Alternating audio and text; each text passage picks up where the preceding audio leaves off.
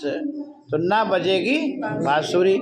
जब ये बालक रहेगा ही नहीं तो फिर हमारी बेटी की शादी इसके साथ कैसे होगा? यही हम लोगों की मूर्खता है।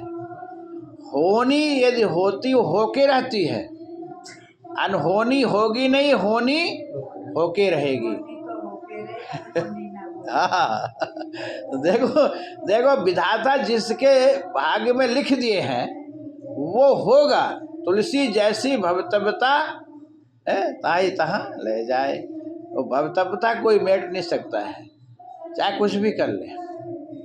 तो ऐसे दुष्ट बुद्धि वाले भवतव्यता को मिटाना चाहते हैं।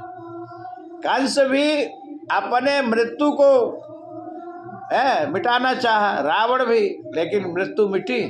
मृत्यु नहीं मिट सकती है। तो ऐसा ये धृष्ट बुद्धि वाला है, ये सोचा कि हम इस लड़का को मरवा दूं। तो ये बधिकों को बुलाया और कहा मार डालो इसको, ले जाके जंगल में इस बालक को। तो दुष्ट बुद्धि के आज्ञा से बधिक लोग चंद्रहास को दूर निर्जन वन में ले गए। निर्जन वन मतलब जहाँ कोई मतलब पशु पंछी आदमी वहाँ ना जाए, सुगंध ना मिले, कोई को पता ना चले, घनघोर जंगल में इस बालक को ले गए। और वो बधिकों ने कहे कि अरे बालक, हम तुम्हें मारेंगे, बताओ अब तुम्हारा रक्षक कौन करेगा?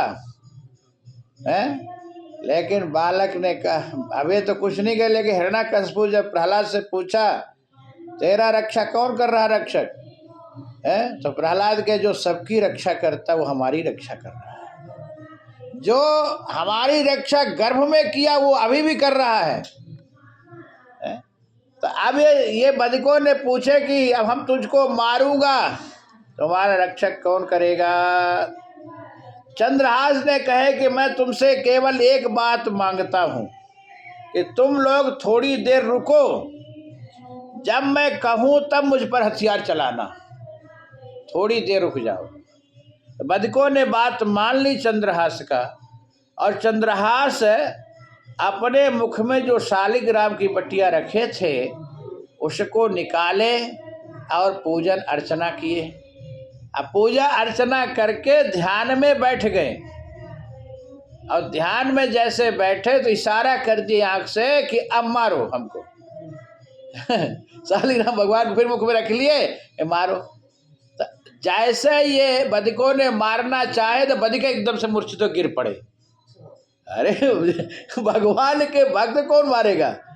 जाको राखो साइया, मार न सके कोई, अब बाल न बांका कर सके, जो जग बैरी होए। चाहे कितना दुश्मन क्यों ना हो, इसके रक्षक भगवान, उसको कौन मार सकता जी?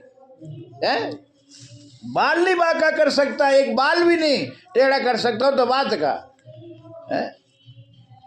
भगवान सब रक्षा करते हैं। वो अब लोगों को भगवान नहीं दिखाई देते, भक्त को भगवान दिखाई देते। भक्तों पर भगवान की साया रहती है। यही तो, भक्त किसके अधीन रहते हैं? भगवान के अधीन रहते हैं। तब तो चंद्रहास के हाँ मारो।